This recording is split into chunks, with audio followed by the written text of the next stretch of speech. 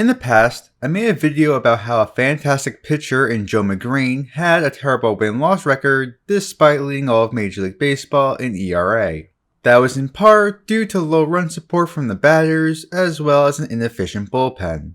Great pitchers can and have gotten terrible win-loss records in the past and will most certainly see them again in the future.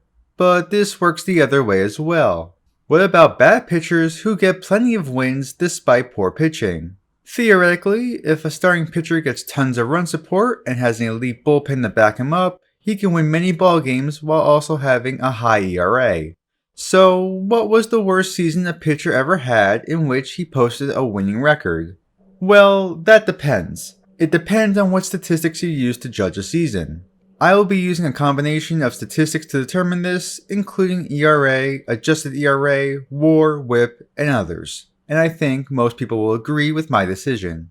First, I would like to also mention I will be looking at pitchers who qualified for win-loss percentage in a season. In Major League Baseball, a pitcher needs at least 16 decisions to qualify for leading the league in win-loss percentage. As fun as it is to see Vin Mazzaro go a perfect 1-0 despite an ERA of 54 across a single inning pitched, his one decision is way too small of a sample size. So, who was the pitcher who had the worst season of all time to post a winning record and also qualify for the winning percentage leaderboard? That would be Colby Lewis of the 2003 Texas Rangers. How did Lewis perform in 2003, you might ask? That season, he started 26 games and pitched 127 innings. He recorded an ERA of 7.30, adjusted ERA of 69, a 1.835 WHIP, and was worth negative 1.3 WAR. Yeah, obviously that was a terrible season. What was his win-loss record, you're also asking?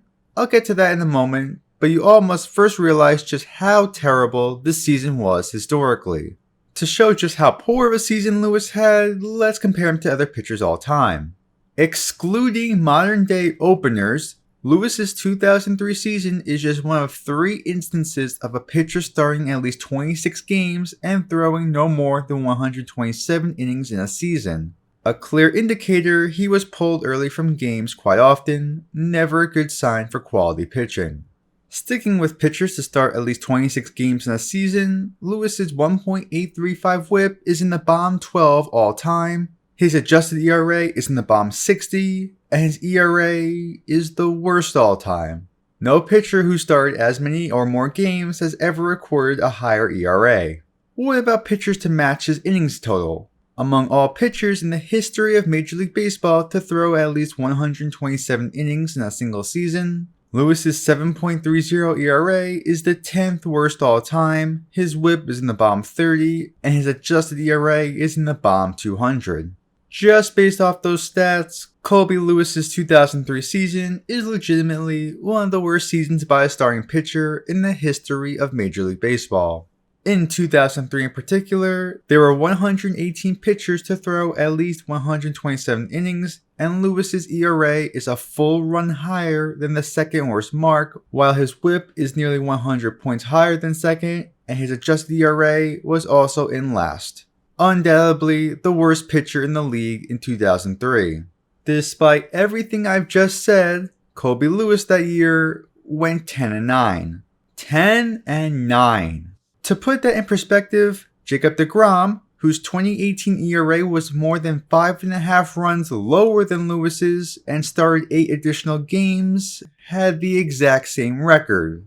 If there was any indicator of the worthlessness of a win-loss record, Colby Lewis and Jacob deGrom have fortified that. Being that bad, but having a winning record is an accomplishment in and of itself and an anomaly. Just how much? Well, to see just how much, let's compare a season to other pitchers all time. Again, among all pitchers in American League National League history to have a winning record in a single qualified season, Colby Lewis's 7.30 ERA is naturally the highest of all time. You have to go back over 100 years just to get the second worst mark. His adjusted ERA ranks 14th lowest, his WAR is the 24th lowest, and his WHIP 9th highest. Many of those pitchers had fewer win totals than Lewis's 10 though. What if we change the minimum threshold to 10 victories in addition to the other factors?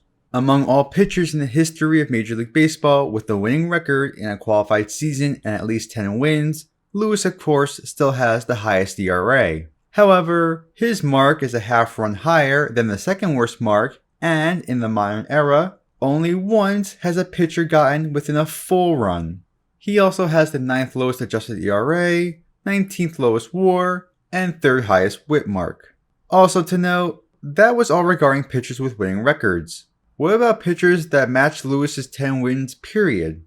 Well, among every single pitcher in MLB history to win at least 10 games in a season, Lewis's ERA is still the worst mark of all time, and among pitchers with an equal or lower adjusted ERA, 10 or more wins has only occurred an additional 30 times.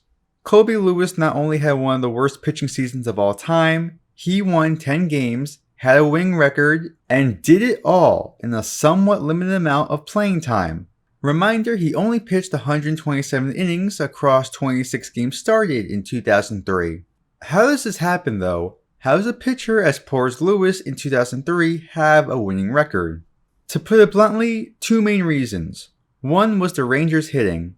In 2003, the Texas Rangers ranked 8th among all MLB teams in runs scored per game. They were a solid offensive team and provided their pitchers with plenty of run support. The other main reason was Lewis himself. He was a very streaky pitcher.